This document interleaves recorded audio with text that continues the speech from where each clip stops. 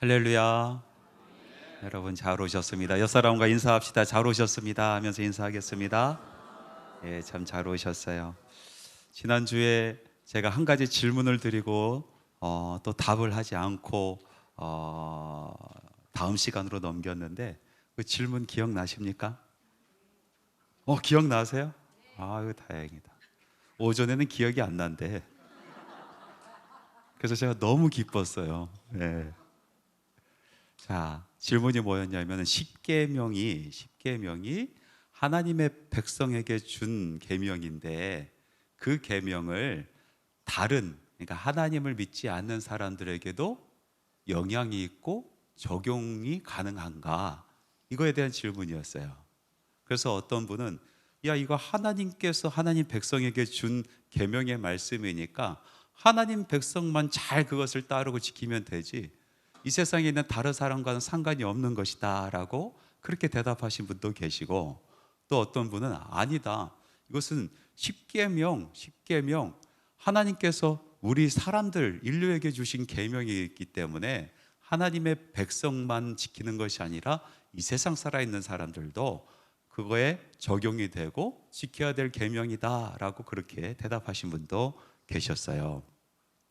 제가 몇 해 전에 미국에 있는 아주 유명한 목사님, 미국 사회를 들썩들썩하게 하는 한 목사님의 설교 말씀을 좀 들은 적이 있어요. 그 말씀을 듣는데 그분이 딱 이 계명에 대한 말씀을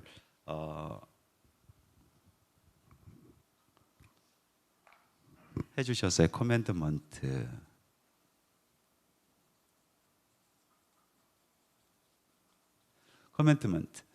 자, 계명에 대한 말씀을 하면서 이런 이야기를 하더라고요. 이 십계명이라는 것은 하나님의 백성들에게 준 계명인데 왜 그것을 가지고 세상 사람들을 정죄하느냐, 그렇게 하지 마라 라는 이야기입니다. 그럼 비유를 들어서 어느 집안에 자녀를 키우기 위해서 부모들이 그 자녀들을 키우기 위한 나름대로 집안의 규칙이 있을 것이다. 그러면은 그 규칙은 그 집안에 있는 자녀들을 위한 규칙이지 그 규칙을 가지고 다른 집안에 있는 그 자녀들을 나무랄 수 있겠느냐? 나무랄 수는 없는 거 아니냐? 그러니까 이 집안의 규칙은 그 집안에서만 적용되는 것이지 이 법을 가지고 다른 집안의 아이들을 정죄해서는 안 된다. 똑같은 원리다. 이 십계명이라는 것은 하나님께서 하나님 백성에게 준 것이지 이 세상 사람들에게 준 것이 아니기 때문에 십계명의 잣대를 가지고 이 세상 사람들을 정죄해서는 안 된다라는 설교 말씀을 하시더라고요. 제가 그 말씀을 들으면서 조금 고개를 갸우뚱했어요. 여러분, 이 말이 맞습니까? 틀립니까? 예? 반은 맞고 반은 틀려요.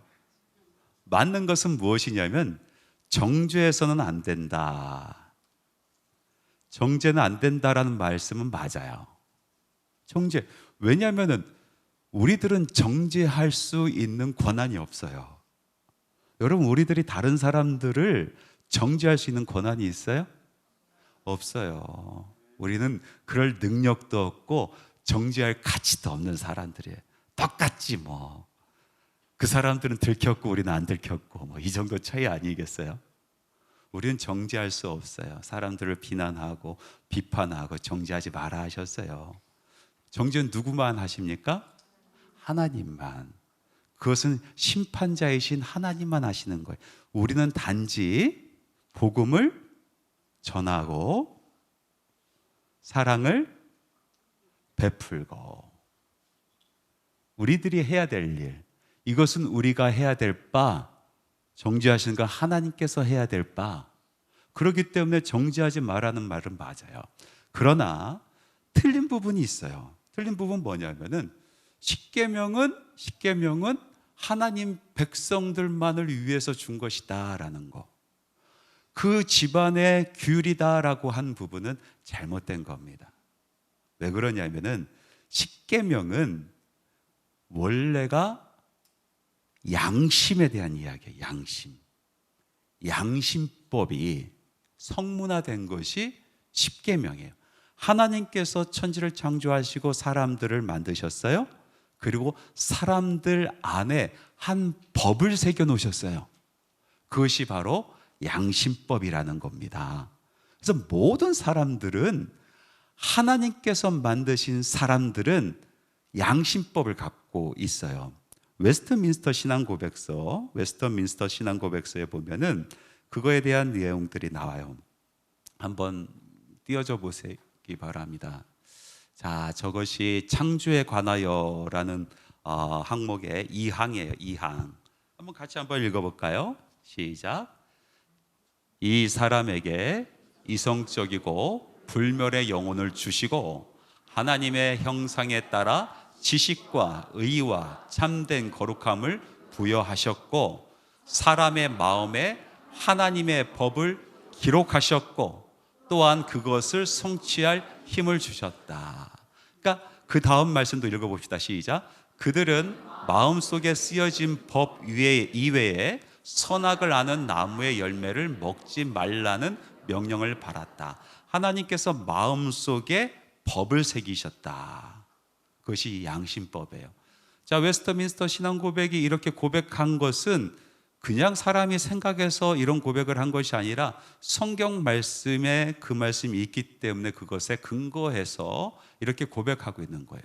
성경 말씀을 한번 보겠습니다. 로마서 2장 14절에서 15절. 로마서 2장 14절에서 15절 말씀 띄워줘 보세요. 같이 한번 읽습니다. 시작. 율법 없는 이방인이 본성으로 율법의 일을 행할 때에는 이 사람은 율법이 없어도 자기가 자기에게 율법이 되나니 이런 이들은 그 양심이 증거가 되어 그 생각들이 서로 혹은 고발하여 혹은 변명하여 그 마음에 새긴 율법의 행위를 나타내느니라. 그러니까 율법에 대해서 한 번도 들어본 사람, 들어보지 않았던 사람도 율법을 지킨다는 거예요. 어떻게 한 번도 율법에 대한 가르침을 받은 적도 없고 율법을 들어본 적도 없는 그 사람들이, 그 이방 사람들이 율법을 지키며 살아갈 수 있을까? 그 이유가 뭘까? 그것은 하나님께서 그들의 마음속에 생긴 양심법에 따라서 판단하고 분별해서 그들을 행하고 있다라는 그런 말씀이에요. 그러니까 모든 사람들에게는 양심법이 있는 거예요. 양심법. 저도 있고 여러분들도 있고 예수 믿는 사람들, 믿지 않는 사람들 모두에게 양심법이 있어요. 그 법을 하나님께서 돌판에 새겨서 우리에게 주신 것이 십계명이라는 거예요. 십계명. 자, 양심법은 그래서 두 가지, 적어도 하나님께서 이런 것입니다. 적어도 내가 창조한 사람은 이렇게 살아야 돼, 이런 마음을 갖고 살아야 돼 하면서 우리 마음, 모든 인류의 심령 가운데 새긴 그 양심법은 두 가지로 나타나요. 뭡니까? 하나님 경외하는 거, 그리고 사람을 사랑하는 거. 양심법에는 하나님 경외함과 사람 사랑하는 것이 그 핵심인 거예요. 핵심. 여러분, 이 세상에 있는 모든 법 있지 않습니까? 이 세상 모든 나라마다 법이, 또 법률이 조금씩 환경과 그 사회 문화에 따라서 다르긴 하지만은, 그러나 근본적으로 법이 갖고 있는 어떤 공통 분모가 있어요. 그 법이 갖고 있는 공통 분모는 어디서부터 옵니까? 모든 이 세상에 있는 법은 양심으로부터 와요. 양심이 근본이 되어서 법이 되는 거예요. 우리나라에도 헌법이 있는데 헌법에 있는 여러 가지 법률의 근본은 사람의 양심에 있어요. 그러면 조금 더 우리가 깊이 생각해 봅시다. 사람의 양심은 근본을 막 패하쳐. 이게 사람의 양심. 어떤 사람은 털도 나고요. 그렇지만 이 안에 깊숙이 들어가 보면은 이 양심은 어디부터 출발하냐면은 거룩함에 대한 경외. 양심은 거룩함에 대한 경외심부터 출발해요. 두렵고 떨리는 것이 있단 말이죠. 순결하고 고결하고 깨끗하고 지고지선한 것에 대한 사람이라면 갖게 되는 두려움이 있어요. 경외감이 있어요. 그것이 양심의 출발이에요. 그래서 이 세상에 있는 모든 법 가운데는 이것이 있어요. 그래서 종교가 역사적으로 봤을 때 종교가 타락하고 무너지면 그 민족은 망합니다. 역사적으로 공부해 보세요. 역사를 쭉 보세요. 인류사를 보세요. 그 문명이 망하기 전에 종교가 먼저 타락해요. 종교가 타락한다는 것은 무슨 의미예요? 사람들 마음에 이게 없어지는 거예요. 거룩함에 대한 경외감이 없어져요. 그러면서 종교가 타락해요. 사람들이 타락해요. 법은 있으나 무용지물이 됩니다. 법 없는 세상이 돼요. 그리고 그 문명이 망하는 거예요. 오늘날 우리 세상도 이 경외심에 대한 이 마음들이 점점 사라져가고 있어요. 점점 사라져가고 있어요. 그게 만국의 징조입니다. 만국의 징조. 그래서 저와 여러분은 정말로 애국하는 사람들이에요. 아니, 우리가 이걸 지키고 있다니까. 하나님에 대한 경외심을 지키고 있잖아요. 그래서 제일 미련한 것이 세상이 악해지고 법이 통용되지 않고 하면서 정부들은 이 겉에 거를 해결하려고 해. 자꾸 거기에만 돈을 투자하려고 하고. 근데 근본적인 것은 여기 있거든요. 그 경외감, 사라져가는 경외감. 이 근본적인 것을 더 중요시 여길 줄 알고 그걸 볼 줄 알아야 되는데 그걸 못 보는 것 같아요. 어찌됐든 양심법은 하나님의 경외와 사람 사랑에 있어요. 이것이 성문화된 것이 십계명이에요. 그래서 십계명이란 것은 보편적 법입니다. 보편적 법. 여러분, 사람이 양심의 화인 맞아서 딱딱해진 사람이 아닌 경우 하나님을 대놓고 욕하지 못합니다. 하나님 대놓고 욕하지 못해요. 미국이라는 사회 많이 타락하고 또 교회를 사람들이 떠나가고 막 그랬다고 하더라도 그 사람들이 말로 하나님을 욕하지 못해요. 함부로 하지 않아요. 뭐 우리나라만 막 영어 이상하게 따라서 오 마이 갓 하고 하는데 절대로 그런 얘기 잘 하지도 않아요. 오히려 오 마이 굿니스, 오 마이 갓 이런 식으로 돌려 이야기하지 그렇게 표현하지도 않아요. 왜? 양심 안에 있는 그 경외감이 있어서 그래요. 함부로 하지 않아요. 이해 가시죠? 자, 그래서 이 세상 사람들은 이제 결국은 정죄하시는 분은 하나님이신데 마지막 심판하실 때 심판의 잣대는 결국은 계명입니다. 계명.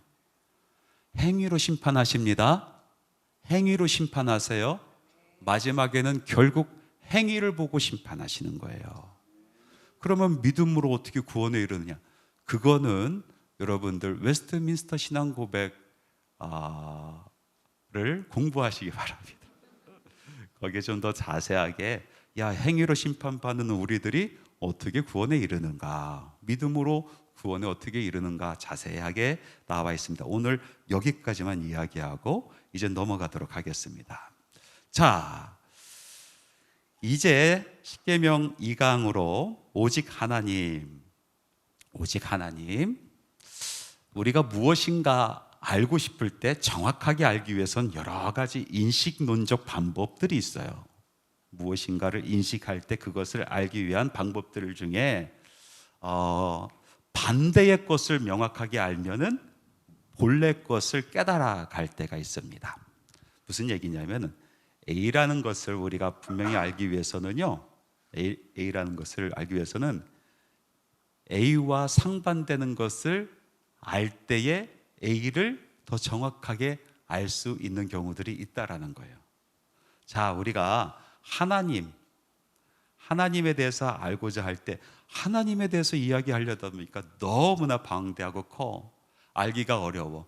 그러기 위해서 반대되는 이 대적 뭡니까?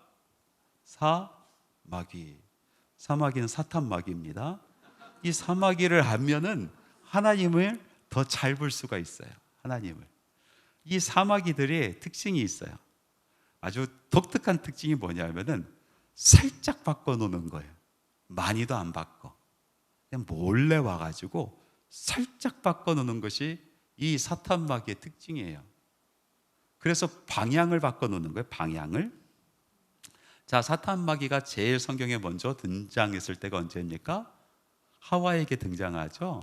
하나님께서 아담과 하와에게 명령을 내리셨어요. 이 동산에 있는 거 모든 실과 내가 다 줄게. 네가 다 다스려라. 네가 다 정복해라.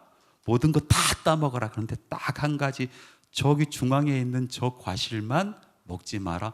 먹으면 너는 정령 죽으리라 라고 말씀하셨어요. 근데 사탄 마귀가 하와에게 와서 뭐라고 물어봅니까? 하나님이 참으로 너희로 이 동산에 있는 모든 열매를 먹지 말라 하더냐? 말씀을 살짝 비틀어 놨어요. 언제 모든 걸 먹지 말라고 하신 적이 없는데 살짝 비틀어 놨어요. 그러면서 무엇을 자극하냐면은 이 하와 마음속에 있는 거짓된 욕망을 살짝 건드려 놓은 거예요. 그랬더니 하와가 대답을 하는데 이렇게 대답합니다. 여자가 뱀에게 말하되 동산나무 열매를 우리가 먹을 수 있으나, 여기까지 맞는 얘기예요. 동산 중앙에 있는 나무의 열매는 하나님 말씀에 너희는 먹지도 말고, 여기까지 맞아요. 그 다음에 만지지도 말라. 너희가 죽을까 하노라 하셨다는 거예요. 말씀을 바꿔놨어요. 언제 하나님께서 동산의 중앙에 있는 열매를 만지지 말라고 하셨어요? 그런 말씀 하신 적이 없어. 그런데 자기 마음에 있는 것을 살짝 드러내는 거예요. 살짝 드러내. 만지지도 말라. 그리고 무슨 얘기까지 합니까? 정령 죽으리라 했는데 죽을까 하노라 라고 말씀을 살짝 바꿔요. 제가 항상 이런 말씀 안 돼. 제가 항상 마음 아프게 생각하는 것이 뭐냐면은 이 말씀을 자기 멋대로 믿는 사람들이 있어요. 말씀을 자기 멋대로 믿어요. 자기 마음대로 믿는다고. 차라리 말씀을 몰랐으면 좋겠어. 그런데 말씀은 말씀대로 그대로 이해하고, 모르는 것은 모른다라고 고백하고 가야 되는데 꼭 자기 마음대로 믿으려고 살짝 돌려놓는다. 거기부터 문제가 돼요. 그랬더니 이제 사탄 마귀가 뭐라고 합니까? 여자에게 이르되 결코 죽지 아니하리라. 이제 완전히 뒤집어 버리잖아요. 완전히 뒤집어 봐요. 자, 여기서 보면은 이 사탄 마귀가 하는 짓은 살짝 돌려놓는 거예요. 여자의 마음을 팍 바꿔놓은 것도 아니야. 살짝 돌려놔. 여자의 인생의 목표를 완전히 돌려놓은 것도 아니야. 살짝 돌려놔. 지금은 괜찮은 것 같지? 그런데 이 방향을 바꿔놓으니까 가면 갈수록 이제 그 목표와 멀어진 인생이 되는 거예요. 완전히 달라진 인생이 돼요. 에덴 동산이 아니라 정글에서 살게 됩니다. 영생이 아니라 멸망의 길을 가게 돼요. 완전히 달라진단 말이죠. 이게 사탄 마귀가 하는 짓이에요. 조금만 바꿔놓으면 나중에는 상하 좌우가 완전히 바뀌어져 버립니다. 여러분, 이 사마귀들, 사탄 마귀에 휘둘리는 교회 다녀본 적 있어요? 저는 그런 교회에서 목회를 해본 적이 있어요. 거기에 완전히 말씀에 휘둘려 있는 그런 교회인데, 그 교회에서 목회를 하다 보니까 완전히 바뀌어져, 상하 좌우가 완전히 바뀌어 있어요. 그래서 성도 중에서 정말 말씀대로 열심히 살려고 하면 박해를 받아요. 교회 안에서 기도한다고 박해를 받아요. 그런 교회를 안 다녀보셔서 여러분들 몰라. 한스막교회 좋은 교회만 다녀서 몰라. 그런 교회가 있어요. 오히려 세상적으로 즐기고 노는 사람들이 인기가 더 좋아요. 희한한 교회들 많다니까. 살짝 바뀌어져 있는데 교회가 뒤집어져 있어요. 세상도 마찬가지예요. 원래는 하나님의 말씀대로 살아가는 의인들이 축복을 받고, 하나님께서 이 세상에 놓인 법칙에 따른다라면은 하나님의 말씀대로 살지 않는 사람들이 저주를 받는 인생이 돼야 되는 것이 맞습니다. 그런데 완전히 바뀌어져 있는, 말씀이 뒤집어져 있는 세상은 반대가 돼버려 있어요. 하나님의 말씀대로 살아가려고 하는 의인들은 박해를 받고 고난을 받고, 오히려 그 말씀과 멀리 살아가는 사람들이 더 축복받는 삶을 살게 돼 있는 게 말씀이 바뀌어져 있는 사회의 모습이에요. 여러분, 우리 마음도 마찬가지입니다. 우리 마음도 말씀이 뒤집어져 있는 그런 마음을 갖게 되면은 하나님 말씀대로 살아가는 것이 그렇게 힘들다, 죽기보다 힘들어, 교회 나오는 것이 그렇게 힘들어, 기도하는 것이 그렇게 힘들어요. 교회 올 때 이렇게 막 끌려가는 것 같아. 막 끌려가는 것 같아. 자유를 잃어버리는 것 같아. 말씀대로 살면은 내가 누릴 수 있는 자유 다 잃어버리는 것 같이 느껴지잖아요. 오히려 세상에서 막 즐겁게 노는 것이 자유로운 세상, 자유로운 삶이라고 생각이 들어요. 심령 안에 말씀이 뒤집어져 있는 거죠. 그런데 잘 생각해 보세요. 세상에서 내 마음대로 살아가면서 정말 진짜로 자유를 느낄까? 제가 고등학교 시절에 깜짝 놀랄 음악을 하나 들었어요. 음악. 이 한국에 그런 락이 없었는데, 야, 이런 락이 나왔구나. 그래서 정말로 좋아하는 록밴드가 하나 생겼어요. 이름이 뭐냐면은 들고 가요. 저는 이거 맨날 듣고 살았어요. 이 사람들 참 세상 아주 쉽게 사는 사람들. 들국화 이름을 왜 줬는지 아세요? 껌 씹다가 껌종이가 들국화였대. 그래가지고 이름이 들국화. 근데 정말 좋아하는 락커인데 목소리가, 이거 한국에 이런 락커의 목소리가 그 전에 있은 적이 없었는데 그 목소리가 나왔는데 너무 좋은 거예요. 근데 어느 순간에 TV에 그 사람이 나왔는데 눈이 마탱이가 같네. 그리고 목소리가 찍찍 찢어져요. 저 사람 이상하다. 이상하다 했더니 역시나 마약 중독에 빠져가지고 계속해서 들락날락 하는 거예요. 어디? 빵에 계속 들락날락해. 가끔 신문이나 그런 곳에서 나오는 얼굴 모습은 완전 일그러져가지고 쭈구리가 됐어. 쭈구리가. 목소리도 옛날 목소리가 나오지가 않아요. 그렇게 10년, 20년 지났는데 어느 날인가 TV에 딱 나오는데 사람이 달라져 있어. 얼굴 색이 달라져 있고 그 흐리멍텅했었던 눈에 초점이 보이기 시작하고 목소리도 어느 정도 옛날만큼은, 전성기만큼의 목소리는 아니지만 그거와 비슷한 목소리를 내더라고요. 저 사람이 왜 달라졌지? 나중에 이 사람이 간증 아닌 간증을 하는 것을 제가 들었어요. 어떻게 이렇게 그 마약 중독에 살면서 벗어날 수 있었을까? 근데 이 사람이 이런 얘기 하더라고요. 자기는 정말 자유롭고 싶었다는 거예요. 마음대로 살아가고 싶다. 법적인 또 사회의 어떤 규율적인 틀거리에 갇혀있지 않고 마음대로 자유롭게 살고 싶어하는 게 살았는데 그 모양으로 됐다는 거예요. 그런데 그런 나를 포기하지 아니하고 나를 메워주는 끈이 하나 있었대. 그게 가족의 사랑이었다는 거예요. 가족이 자기를 포기하지 않고 자기를 끈으로 메어서 붙들고 있었다. 그래서 그 사랑에 메어서 지금이야말로 이 사랑에 메어 있는 것이 진짜 자유라는 것을 깨달았다는 거예요. 희한하지 않습니까? 매여 있는 것은 속박이다라고 생각하는데 어떤 매임으로는요, 그것이 자유가 되는 거예요. 자유. 가족의 사랑도 참 좋은 매임이죠. 그런데 가족도 연약하잖아요. 그 끈을 놓을 수도 있어요. 변심할 수 있어요. 그게 사람이에요. 가족이에요. 근데 영원히 우리를 붙들고 포기하지 아니하는 사랑의 줄 매임이 있습니다. 그것이 뭡니까? 하나님의 사랑이에요. 하나님의 말씀의 줄로 우리를 매는 거예요.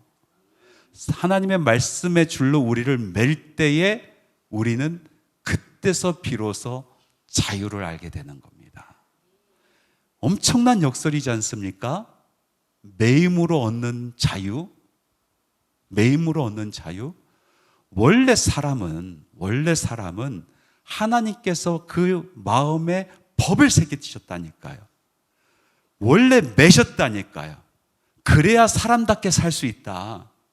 그래야 내 자녀답게 살 수 있다라고 말씀하시면서 우리를 매신 겁니다. 여러분, 자기 마음대로 살아가는 것은 첫째로 미련한 일입니다. 여러분, 마음처럼 믿을 수 없는 것이 없어요. 마음은 아침이 다르고 점심이 다르고 저녁이 달라요. 그 마음 따라 살아가면은 사람이 이리 갔다 저리 갔다 하는 인생 되는 겁니다.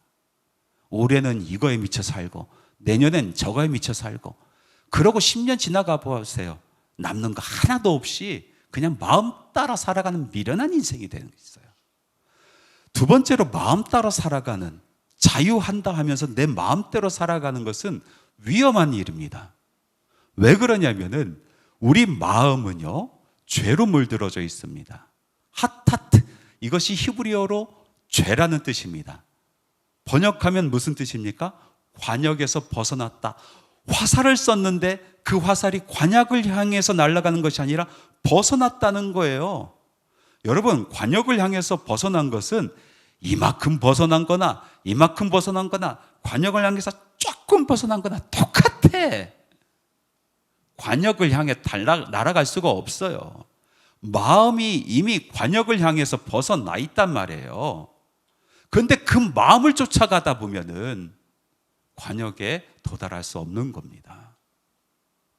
하나님께서 우리들의 심령을 매시고 우리들을 영생이라는 관역에 딱 정주중시켜 주셨는데, 우리가 죄로 인하여 마음이 삐뚤어져서 너무 열심히 살아가고 너무 열심히 날아가도 여러분, 결과는 멸망입니다.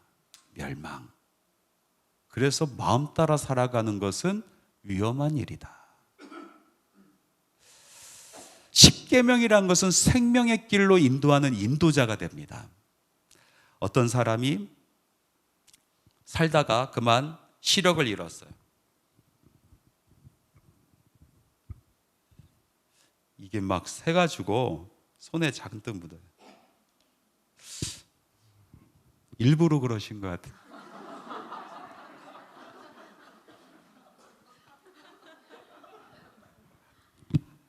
마음이 비틀어져서. 자, 소경이 되었어요. 그런데 의술이 발달해서 이제 안구 이식을 할 수 있게 되어서 이제 수술을 받았어요. 수술을 받고 이제 붕대로 감겨져 있는 이 붕대를, 눈을 싹 풀어줘요. 그러면은 눈을 뜨면 바로 보여서 막 뛰어다니고 그럽니까? 아니죠. 여전히 캄캄해요. 몇십 년 동안 눈 감고 살았는데 아무것도 못 보고 살았는데, 빛을 본 적이 없는데, 그러니까 눈도 뜨지 못하고 가만히 빛을 보는 거예요. 그러다가 시간이 조금 지나야 눈을 살며시 떠봐요. 그럼 여전히 세상은 하얗습니다. 보이지 않아요. 시간이 지나가야 나중에 사물이 분명하게 보이잖아요. 우리들이 죄 가운데 빠져서 눈이 완전히 어두워져 있어요. 그러다가 예수 그리스도를 만나고 이제 광명을 되찾았어요. 광명을 되찾았다고 해서 막 뛰고 돌아다니다 보면요, 반드시 넘어집니다. 예? 예수 믿고 기뻐서 막 뛰고 돌아다니다가 반드시 넘어져요. 인도자가 필요하거든. 명확하게 볼 때까지 인도자가 필요하거든. 하나님의 말씀이 인도자가 되고 바로 이 계명이 그 길을 인도한단 말이죠.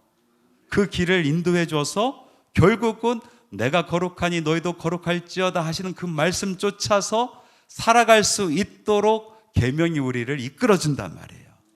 그리고 결국은 빛의 삶에 거할 수 있도록 만들어주는 것입니다. 오늘 십계명의 첫 계명 무엇입니까? 너는 나 외에는 다른 신들을 내게 두지 말라. 이 말씀은 빛의 세계로 인도해주는 첫 번째 말씀이에요. 첫 번째 계명. 다시 말해서 우리의 인생의 목표를 분명히 하라라고 하시는 하나님의 명령이십니다. 다른 거 보지 말고, 다른 신들이 너희들을 혼란스럽게 만들 터인데 그런 거 마음속에 두지 말고 나만 봐라. 이 길이다. 이것이 영생의 길이다 하면서 나 외에 다른 신을 내게 두지 마라 라고 하시는 말씀인 겁니다. 자, 그러면 질문이 하나 생겼어요. 하나님께서 말씀하시기에 나 외에 다른 신을 내게 두지 마라 하셨으니 이 세상에는 그럼 다른 신들이 있다란 이야기인가? 여러분 어떻게 생각하십니까? 이 세상에 다른 신들이 있어요? 하나님 말고 다른 신? 여러분, 신관에 대해서 잠깐만 짚어봅시다. 우리가 잘 아는 애니미즘 있어요? 애니미즘 뭡니까? 모든 사물에 영이 깃들어져 있다라고 믿는 것이 애니미즘이잖아요. 그렇죠? 여기서 조금 더 발달된 신관이 뭡니까? 다신론. 사물에 영이 있는 것뿐만 아니라 어떤 특정한 곳에는 더 위력한 신이 있다라는 거예요. 그래서 산에 가면 무슨 신? 산신. 강에 가면은 강신. 곳곳마다 신이 있어. 신이. 이게 다신론이에요. 다신론. 모든 것이 신이 돼. 동경이 되는 그 어떤 것, 나보다 힘이 더 커 보이는 그 어떤 것, 그것을 통해서 내가 해를 입지 않고 오히려 이득을 얻기 위해서 신이라는 것들을 만들어내기 시작하잖아요. 이게 다신론. 세 번째로 무슨 신론이냐면 다니엘 신론이 있어요. 어떻게 보면 민족 신론이라고 얘기하죠. 여러 신이 있어. 그런데 우리 민족은 이 신을 섬기기로 했어. 왜냐하면 이 신이 제일 튼튼해 보이고 제일 힘써 보이거든. 그러니까 우리는 다른 신들을 섬기지 않고 이 신을 섬기겠다. 유태인들은 다른 신을 섬기지 않고 여호와 하나님이 우리를 구원해 주셨고 여호와 하나님은 전쟁에 능한 신이니까 우리는 전쟁 많이 하는 민족이니까 우리는 여호와 하나님을 섬긴다라고 믿는 그 믿음이 있다라면 그것은 다니엘 신론이에요.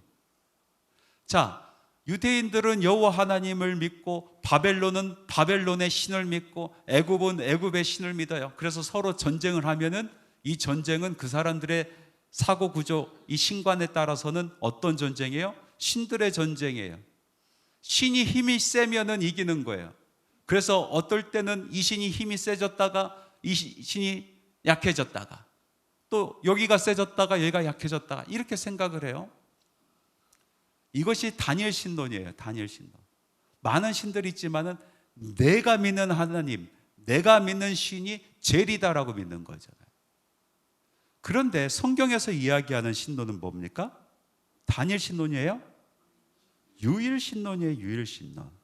이 세상에는 신이 없어. 다른 신은 없어. 오직 이 세상을 창조하신 여호와 하나님만 계시다라고 성경은 이야기하고 있어요.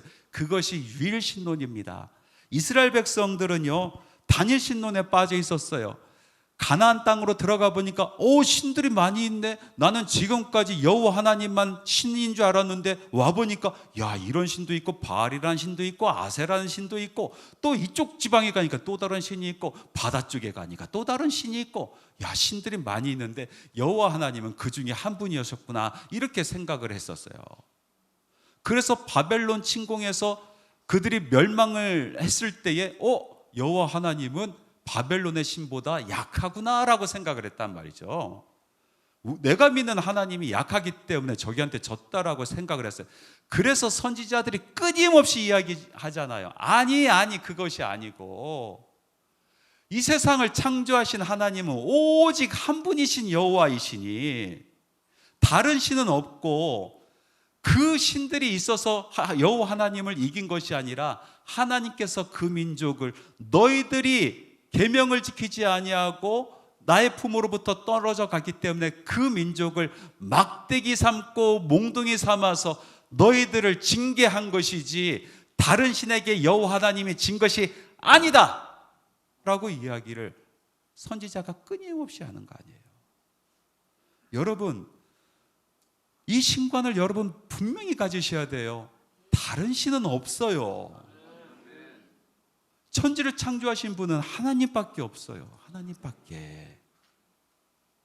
나를 부르신 분도 하나님, 나를 구원하신 분도 하나님, 나를 이끄신 분도 하나님 한 분밖에 없다. 자, 그런데 목사님, 세상에 그럼 다른 신들이 있잖아요. 다른 종교들이. 여기서 아주 중요한 개념이 있어요. 여러분, 종교는 두 가지로 나누게 돼 있습니다. 하나는 자연 종교, 또 하나는 계시 종교. 자연 종교는 자연 발생적으로 신이 만들어진 거예요. 자연 발생적으로 신이 만들어졌어요. 그리고 그 신을 섬기려다 보니까 시스템이 필요해. 종교라는 시스템이 필요해요. 그래서 그 시스템이 만들어져요. 종교가 만들어져요. 사람들이 그곳에 모여요. 시스템이 발전해요. 더욱더 정교해져요. 그러면서 신도 정교해지고 종교 시스템도 정교해지는 거, 진화해 나가는 거, 이것이 자연 종교라는 거예요. 자연 종교. 계시 종교는 무엇이냐면은 사람이 만든 게 아니라 사람 이전에 하나님이 계셨고 하나님께서 그 백성들을 부르셨어요. 그래서 너와 나와 관계를 맺기 위해서는 이러이런 것들을 해야 돼. 아예 처음부터 정해 주셨어요. 거기서 벗어나지 않아. 종교가 발달하지 않아. 시스템이 발달하지 않고 말씀하신 그대로 유지가 되는 거예요. 그대로. 그것이 계시 종교예요. 기독교는 자연 종교입니까? 계시 종교입니까? 계시 종교예요. 다시 말해서 자연 종교는 뭐가 먼저예요? 사람이 있었고 사람이 필요에 따라서 뭘 만들어요? 신을 만들어. 종교를 만들었어요. 계시 종교는 뭐예요? 하나님이 계셨어요. 그리고 우리를 부르셨어요. 만드셨어요. 유일신론을 믿는 우리들은 계시 종교라고요.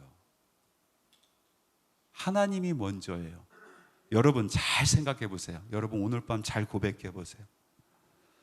여러분들의 필요에 따라서 많은 이 세상의 신들 중에서 그래도 하나님, 이 하나님이라는 분이 그래도 팬시해 보이고 그래도 좀 도덕적으로 괜찮아 보여서 또 여러분들에게 큰 이득을 줄 것 같아서 여러분이 하나님을 선택하셨어요?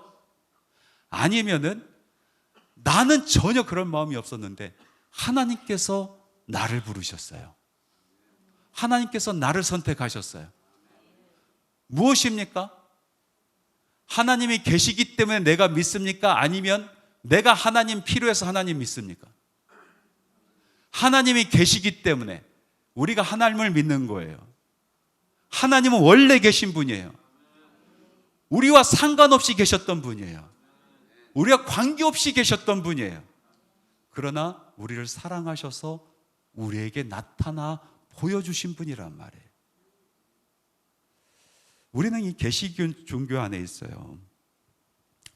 조금 더 나가서 무신론자들에 대한 이야기를 좀 해봅시다.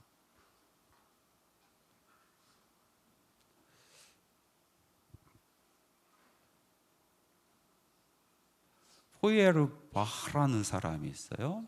1804년에서 1872년까지 살았던 사람. 이 사람의 무신론의 아버지예요. 무신론의 아버지. 그 전에 유물론자들도 많이 있었고 무신론자도 많이 있었는데 이 사람을 근대 무신론의 아버지라고 부르는 이유가 있어요. 왜냐하면은 그 전까지는 어떤 또 다른 세계관으로 세상이 이렇게 생길 수 있었지. 하면서 유물론을 이야기하고 신 없는 그런 세계에 대한 이야기를 하는 사람들이 많이 있었어요. 그런데 이 사람이 본격적으로 기독교를 비판하기 위해서 기독교가 믿는 또 이야기하는 하나님은 허상이다라고 이야기하기 시작한 사람이 첫 번째. 그래서 무신론자의 아버지다라고 불러요. 이 무신론자의 아버지니까 아들들이 있겠죠. 아들들. 철학에선 누가 있어요? 대표적인 인물 니체가 있죠. 니체가 신은 죽었다라고, 만들어진 신을 더 이상 우리는 믿을 필요가 없고, 그 압박, 그 종교 시스템으로부터 우리의 자유를 빼앗길 이유가 없다. 나는 사고하는 사람으로 내가 내 인생 살아간다라고 이야기하며 신은 죽었다라고 얘기한 사람이 니체죠. 철학에서. 그렇죠? 사회와 경제 누가 있어요? 맞아요. 막스, 또 막스 친구 더 똑똑한 엥겔스. 사실 막스와 엥겔스 읽어보면은 막스보다 엥겔스가 훨씬 더 똑똑합니다. 아시죠? 이 막스와 엥겔스는 뭐라고 대표적으로 얘기했어요? 종교는 민중의 아편이다.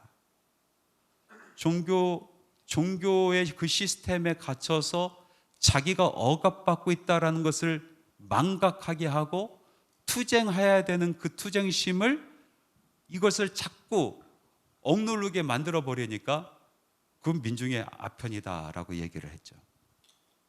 또 아들내미 또 하나, 심리학에서 누가 있어요? 프로이드가 있죠. 마음의 문제, 마음이 아픈 문제, 그리고 성격이 형성되고 또 그것이 온전해지는 이 문제, 이제 교회에서 이야기하는 또 하나님이 이야기하는 그런 어떤 영적인 문제로 귀결시킬 필요가 없다. 그래서 정신을 분석할 수 있다. 리비도라는 그런 어떤 성적인 욕망의 그 메커니즘을 통해서 분석할 수 있다라는 거죠. 이제 하나님 없이도 우리의 마음의 문제를 얼마든지 이야기할 수 있고 얼마든지 원인을 알아내서 우리가 고칠 수 있다라고 이야기하는 그런 사람이죠. 과학에서는요, 다윈 있죠. 다윈이 있죠. 다윈. 인류의 근본에 대해서 우리는 더 이상 고민할 필요가 없고, 벌써 이 종의 기원이라는 것을 보면서 우리는 기원을 할 수 있고, 우리 인류가 어떻게 발전해 나갈 수 있는 것을 우리는 알 수가 있게 된다라는 그런 토대를 놓은 사람이에요. 그 후대에 나온 사람이 요즘에 누구 있어요? 도킨스라는 사람이 있죠. 리차드 도킨스가 뭐라고 얘기합니까? 이기적 유전자를 이야기하면서 이 사람은 조금 인류 문명사적으로 이야기를 풀어나가잖아요. 종교가 계속해서 신을 만들어졌고 종교가 계속 발전해 나갔고, 그래, 과거에는 우리들이 그거에 대해서 두려웠어. 그래서 종교가 필요한 시대였지. 그러나 이젠 과학이 발달해서 과학이 모든 것을 이야기해주고 답해줄 수 있고 앞으로 우리가 가야 될 방향까지 제시할 수 있어. 더 이상 신은 필요 없고 더 이상 신을 섬기는 종교 시스템은 필요 없어 라고 이야기하는 거잖아요. 이 모든 사람들이 결국은 무신론의 아버지인 포에르 바하의 이야기를 따라가는데, 이 포에르 바하가 무슨 얘기를 해서 그런 건가? 그 이야기를 가만히 살펴보니까 이 사람은 기독교의 본질이라는 책, 아주 얇은 책이에요. 아주 금방 읽어요. 거기서 기독교에 대해서 이야기하면 기독교의 하나님을 이렇게 이야기합니다. 기독교의 하나님은 인간의 내적인 욕망의 투영이다라고 얘기해요. 그러니까 우리 인간 내적으로 욕망이 있다는 거예요. 지고지선한 욕망이 있어서 그것을 투영해서 어떤 형상을 만들어냈다는 거예요. 어떤 존재를. 인간이 강해지고 싶어, 최고 강해지고 싶어 하는 그 욕망이 투영돼서 신이라는 형상을 만들어냈다라는 겁니다. 모든 인간의 투영으로서의 하나님을 이야기하기 시작해. 기독교가 이야기하는 하나님, 지고지선하시고 또 전지전능하신 하나님은 우리 인간 내적인 욕망의 투영에 불과하다. 그것은 거짓된 하나님이다. 하나님은 원래 존재하지 않는다라고 선언한 사람이 바로 이 사람이에요. 이 밑에 있는 사람은 이 사람의 이야기를 그대로 따라가고 있어요. 근데 제가 그것을 가만히 생각하면 두 가지가 생각이 났어요. 포에르 바하가 얘기하는 인간의 욕망으로서의 투영의 하나님, 성경에서는 그런 하나님을 이야기한 적이 없어. 하나님에 대해서 얼마나 무궁무진한 이야기가 있지만은 그렇게 하나님이 묘사된 적이 없어요. 오히려 개인적으로 경험된 하나님은 연약하기 그지없는 하나님으로 우리에게 다가오시기도 해요. 사랑하는 사람을 위해서 모든 것을 잃어버리는 모습으로 우리에게 다가오셔. 이 사람은 하나님을 만난 적이 없구나. 하나님을 경험한 적이 없구나. 적어도 성경이 계시해 주는 하나님의 모습에 깊이 생각해 본 적이 없구나. 그게 생각이 났어요. 두 번째로, 우리의 인간의 내적인 욕망으로서의 투영의 하나님을 하나님께서는 옛날부터 그 짓거리 좀 하지 말라고 얘기하고 계셨어요. 십계명 제1계명의 그 이야기입니다. 포에르 바하가 얘기한 바로 그 이야기예요. 너희들의 욕망의 투영으로서 신을 만들지 마라. 나는 원래 있는 하나님, 스스로 있는 자. 나는 원래부터 이곳에 있었고 너희들을 만든 자. 그런데 너희들 욕망으로 다른 신 만들지 마라. 오늘 십계명이 한 얘기가 바로 그 얘기예요. 이 사람들은 그걸 왜 몰랐을까? 기독교는 그런 신을 믿는 종교가 아니란 말이죠. 두 번째 질문. 그러면은 이 문명 사회 속에서 왜 사람들은 신을 만들까? 왜 신을 만들어요? 첫 번째, 우리는 연약하기 때문에, 사람은 연약하기 때문에. 그 연약함을 보호받기 위하여 신을 만듭니다. 두 번째, 우리는 의지하고 싶기 때문에. 우리들은요, 인간이라는 그 자체가 고독해요. 살아가는 모든 사람은 고독해요. 사랑하는 사람, 옆 사람, 사랑하는 사람 손을 꼭 잡고 있어도 고독한 게 인간이에요. 뭔가 의지하고 있어요. 마음속으로 허전함이 있어 의지하고 싶어요. 그래서 신을 찾는 거예요. 만들어가는 거예요. 세 번째는 욕망입니다. 내 삶에 대한 욕망, 내가 갖고자 하는 거, 원하는 거, 그것을 쥐고 싶은 그 욕망으로 신을 만들어요. 끊임없이 신을 만듭니다. 오늘 문명사회에서도 지금은 해를 섬기는 사람도 없고 달을 섬기는 사람도 없고 강가에 가서 강신을 섬기는 사람도 없어요. 그렇지만은 요즘엔 다른 신들을 섬겨요. 다른 신들, 과학주의자들도 있어요. 과학을 신봉하는 사람이 있어요. 지금은 성경 말씀이 이렇다, 목사가 이렇게 얘기했다면 콧방귀도 안 끼는데 과학자가 이야기했다라면 그걸 다 하고 받아들이자. 과학지상주의, 과학이 모든 것을 해결할 수 있고 앞으로의 우리 인류의 문제를 다 해결할 수 있다라고 생각하는 그것을 믿어요. 그건 과학을 믿는 거죠. 정말 그렇습니까? 그런데 어떤 사람은 사상을 믿는 사람들이 있어요. 이즘, 사상. 그 사상이 우리 사람이 살아가는 사회의 문제를 해결할 수 있다고 생각해요. 그것을 아주 신봉하며 살아가요. 제일 심각한 현대의 신 뭡니까? 배금주의예요. 돈신이에요. 돈신. 모든 사람들이 돈에 미쳐 있어요. 얼마 전에 이 나라들을 대상으로 해요. 국민들에게 내 인생에서 가장 소중한 것이 무엇이냐, 첫 번째는 무엇이냐 꼽아봤는데 거의 대부분 나라들은 뭘 꼽았냐면 가족이라고 꼽아서 가족. 내 인생에서 정말 소중한 가족이다. 그런데 그 수많은 나라 중에서 유일하게 돈을 꼽은 나라가 우리 대한민국이에요. 유일하게 돈이 인생에서 제일 소중하대. 어린아이부터 노인까지 돈이 제일 소중하대. 이게 배금주의 아니에요? 돈신에 빠져있어. 돈신에. 개인마다 자기 안에 있는 욕망을 투영하고 또 자기가 의지하고 싶고 연약함을 보충받고 싶은 신들을 다 만들어서 어떤 사람들의 가정을 보면요, 자녀가 신이야. 자녀가 신. 그냥 아주 그냥 아이고 주여, 아이고 주여. 여러분, 말씀해 보니까 이 말씀, 나 외에 다른 신을 내게 두지 마라. 사탄 마귀가 분명히 속일 것이다. 너희들 목표를 분명히 바꿔놓을 것이다. 다른 신을 내 마음에 둘 것이다. 절대로 거기에 넘어가지 말고 나를 보라.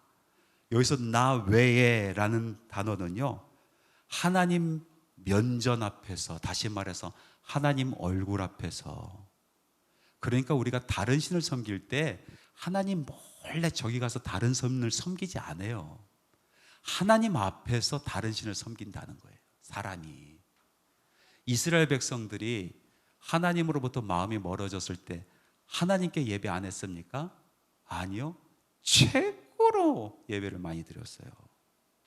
그런데 그 마음속에는 다른 신들이 있었다. 다른 신들이. 자기 욕망을 버리지 못해서 부여잡은 신들이 또 있었다는 거예요. 엘리야가 그래서 이야기하잖아요. 어느 때까지 너희들이 이 둘 사이에서 머뭇머뭇하려느냐.